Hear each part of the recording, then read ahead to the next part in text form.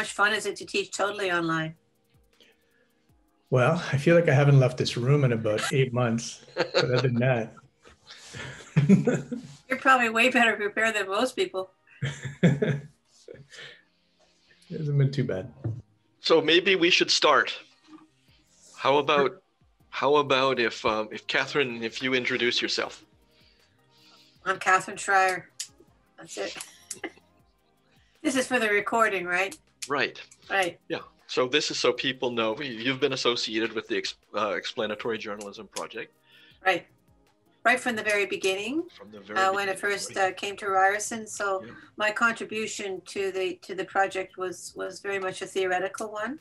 So I brought in the concept of genre theory to the project, and also I think the focus on explanatory journalism was one that I really harped on right from the very beginning. The whole notion of what is explanatory journalism was one that I introduced to the project as well. That's the big question, isn't it? What's explanatory journalism? Yeah, still is the big question. It still is, yeah.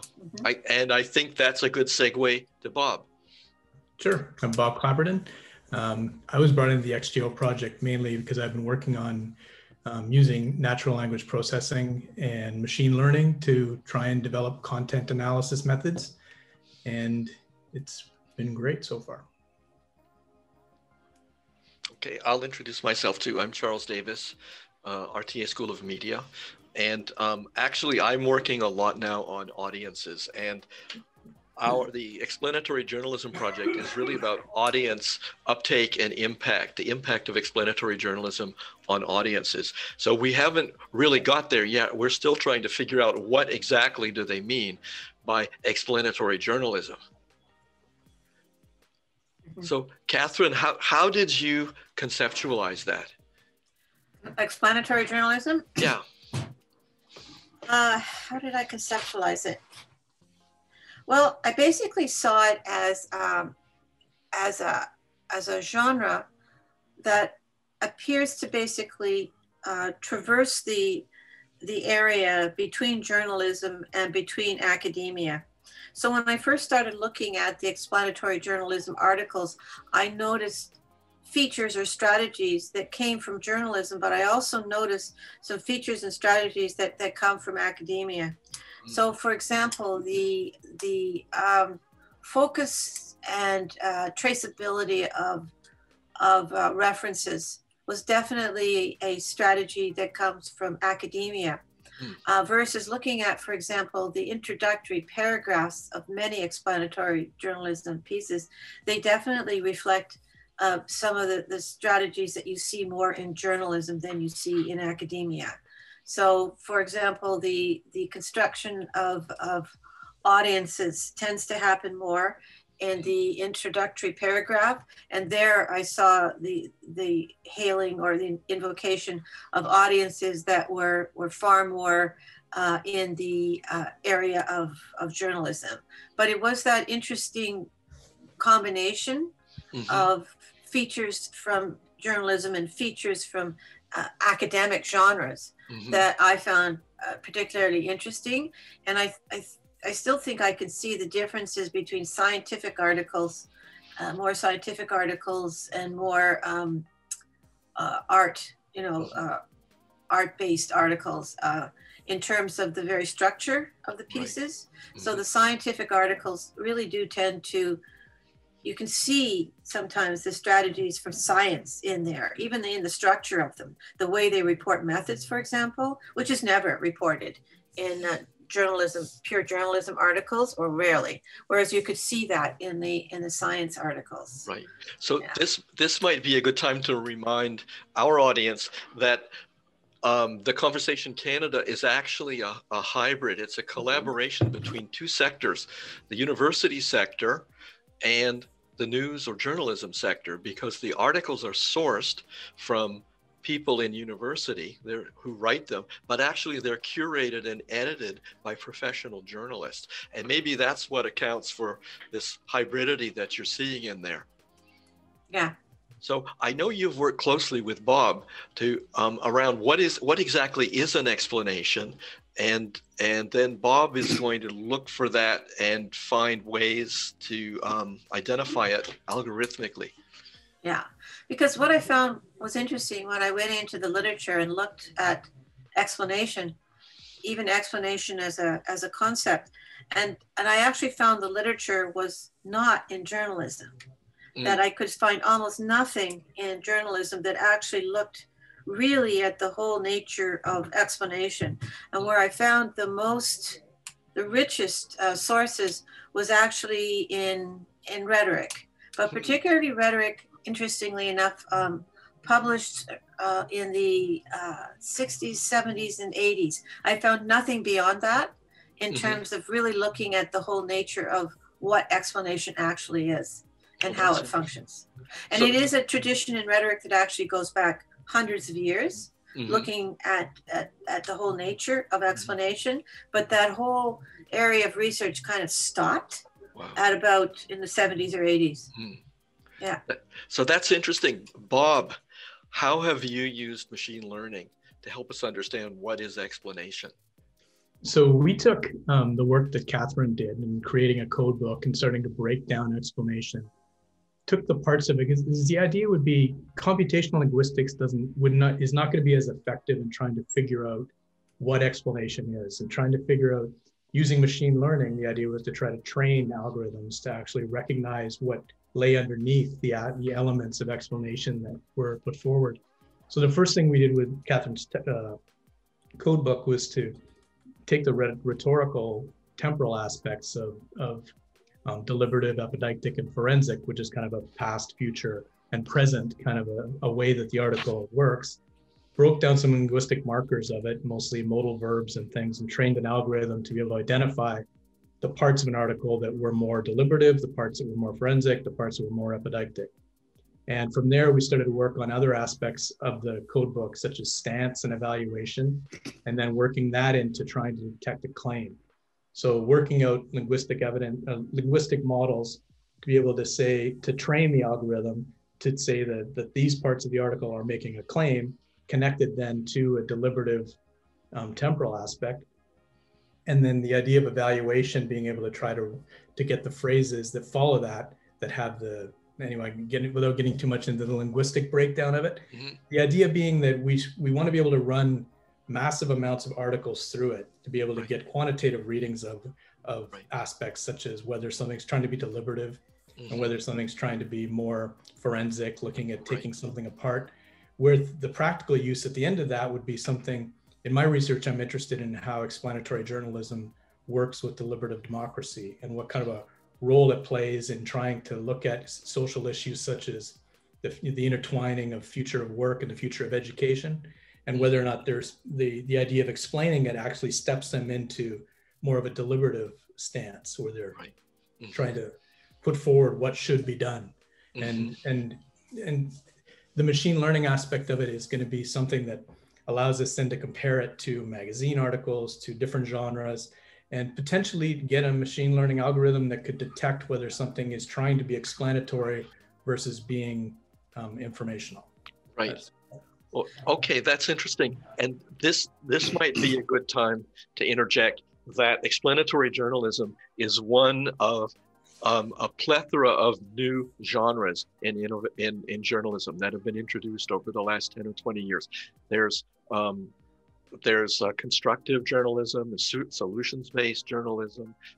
Explanatory journalism is usually long form, and that's because there's a Pulitzer Prize for explanatory journalism that goes back almost 40 years.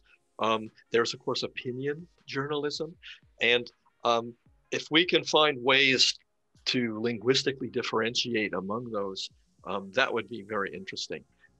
Just for the benefit of those who are listening, the Conversation Canada has about, I think, 9 different regional editions, and most of them are in English. It originated in Australia, but there are regional editions in Canada, the UK, New Zealand, and South Africa. And altogether in Canada, up to now, there have been around 3,500 stories published in the Conversation Canada since 2017. But in the entire Conversation Network, it's well over 100,000 stories. So we're looking at a major kind of innovation in news production. It helps with mobilization of knowledge from universities, and it also should help with deliberative democracy. So ultimately, that's where we're going to go with the audience studies. We're developing a questionnaire now, and we're working up a model of engagement based on the context, the motivations, whether the engagement is cognitive or emotional, affective, or both, how it evolves over stages, and what are the consequences? What's the call to action in the article, and then what do people do afterwards? So we're really just developing the building blocks now with what Catherine and you and I and the other team members have done. Mm-hmm. One thing, step back, we should probably do for the listening audience is maybe define a little bit more clearly the concepts of forensic, deliberative, and epideictic, because we really haven't done that. Okay. And so Bob and I can kind of do this together. So forensic discourse is discourse that most people would see as legal discourse. So it's basically trying to figure out what happened in a particular situation. It's called forensic. Deliberative discourse, the kind that Bob is most interested in, is discourse that basically says, what should we do in a particular situation? What future action should we take in a particular situation? And epideictic discourse is the one that's hardest actually to sometimes identify and figure out. But it basically is the kind of discourse that says what's happening now. So, you know, an awful lot of tweets and an awful lot of celebrity kind of press is exactly that. It's like a celebration of what's happening right now in the present. But what the project is particularly interested in is deliberative discourse. In other words, based on facts, based on what we know, what should we do? So it doesn't mean that there isn't any past discourse in there. There obviously has to be, but the main focus of the piece is basically trying to provide people with, and this is an interesting connection to solutions-based journalism as well, is what should we do in this particular situation? What's the most ethical, most moral course of action? Exactly. That's why we're trying to build a model to look for stance and establish that into claims. If we can get that. And we've been looking for epideictic mainly through praise and blame. Yeah. You know, trying to look for linguistic evidence of that. And you're right, all three show up in every article at some place. Although less epideictic, I think, than any of the other two are far more prevalent. Yeah, I agree. So that's interesting because based on the data that we've got now about the number of reads for every article, the ones that are most correlated with number of reads are ones that focus on the present. Those would be the epideictic ones. That doesn't necessarily mean, though, that there isn't an element of deliberative in there. There could be. There could be. Yeah. But celebrity discourse has always been very, there's always been a high uptake. Praise and blame. I mean, that's what Twitter is all about. Yeah. Right. Well, maybe what's showing up in the republication or the reads is the fact that the conversation articles can be freely republished by anyone using because nobody has to pay for it. As long as they put a tracking pixel in there, they can be republished. So the republishers have some say in what's picked up and what isn't. They may not be as interested in deliberation as in something that will grow their audiences. Yeah, I agree.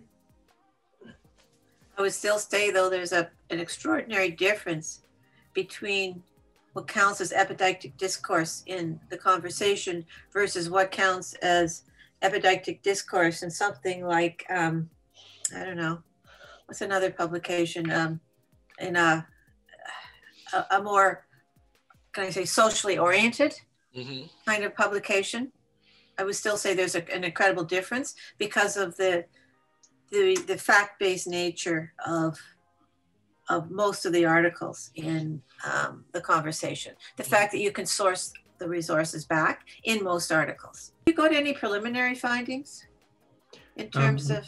Yeah, we've been able to detect in the code. We coded 300 articles with deliberative, forensic, and epideictic evidence, and then when we ran it through, we got it to almost about 80%, getting matching up in terms of what we would say it was. Like what if a human coded it at the same time that the machine detected it, but which is good because then the more we keep feeding it in, it'll get better and better and better at being able to identify it. Where we're finding challenges is how we differentiate where the actual deliberative evidence is in comparison to forensic or epideictic in the same article, and how that relates to, as I was saying, stance. Like how are we detecting what they're saying they believe, and then how are they making a claim as to what should happen?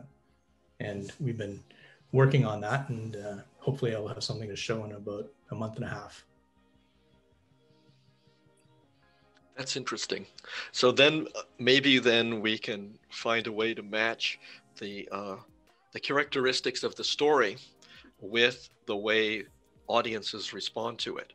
So we've scraped all the comments on the Conversation Canada website, and we've found that there's a really high correlation between the number of comments and the expression of negative emotions in the articles. People respond to negativity and anger much more than to positive emotion or to no emotion. I mean, from a rhetorical point of view, that makes total sense. From an audience engagement point of view, it's difficult because some of the people who are responding, we've measured the toxicity of the responses, and they're responding to anger and anxiety and a focus on the past, and it's not an easily manageable or moderated kind of discussion. The authors who are university people don't often jump into the discussions to moderate.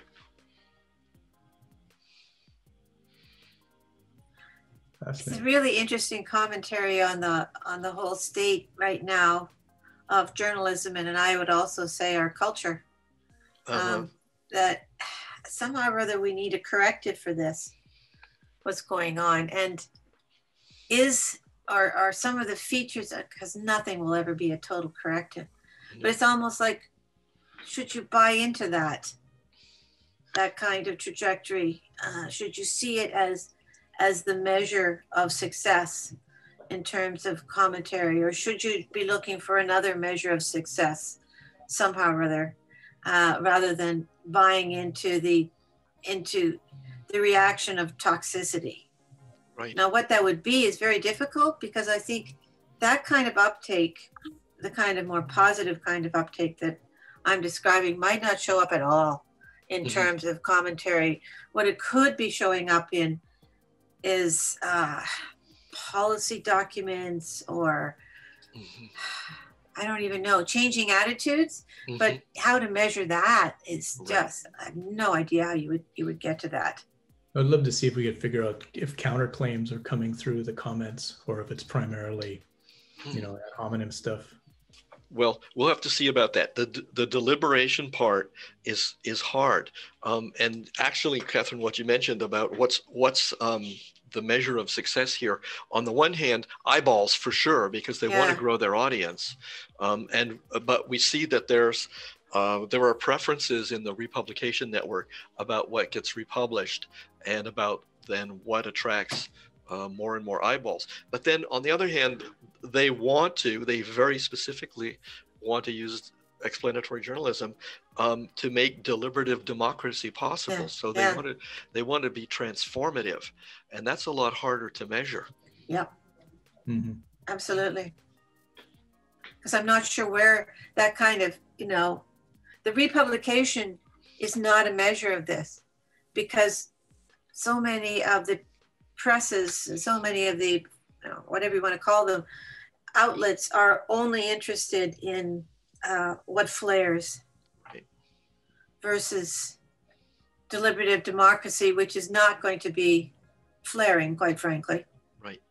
Well, it looks like they're growing an audience around their website. Yeah. And not just an audience through their republication network. So that means that they're growing loyalty, people who come back to them for news. Yeah.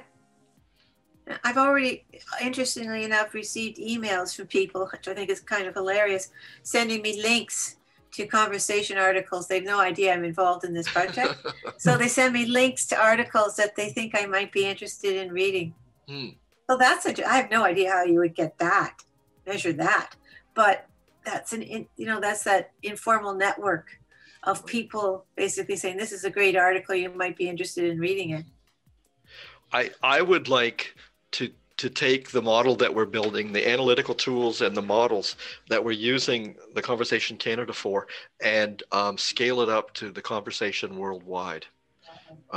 That Cool. would be interesting. Yeah, there would be over 100,000 stories. And there's evidence that every regional version of the conversation has actually operationalized explanatory journalism in its own way. They aren't all identical. We need to figure out how to do this in other languages, in French and Spanish. You can't use Luke very easily. It doesn't transpose that well. I think there's a French language version, but that's going to be a learning curve. And then do these comparative studies that you were talking about, Bob, where we compare short form explanatory journalism with other examples of explanatory journalism, like Vox and the articles that have won Pulitzer Prizes for explanatory journalism and self-declared explanatory journalism. Now, we could probably get a lot of traction by organizing a world summit on explanatory journalism in about a year. Wow. That would be cool, wouldn't it? It would be very cool. and it would be for researchers, but also for practitioners. And we could really find out what's going on around the world in explanatory journalism and what people think about are the outcomes, and how do you train people, and how do you get it into curricula, and how does it help build deliberative democracy. Great note to end on. Okay, well, this was fun.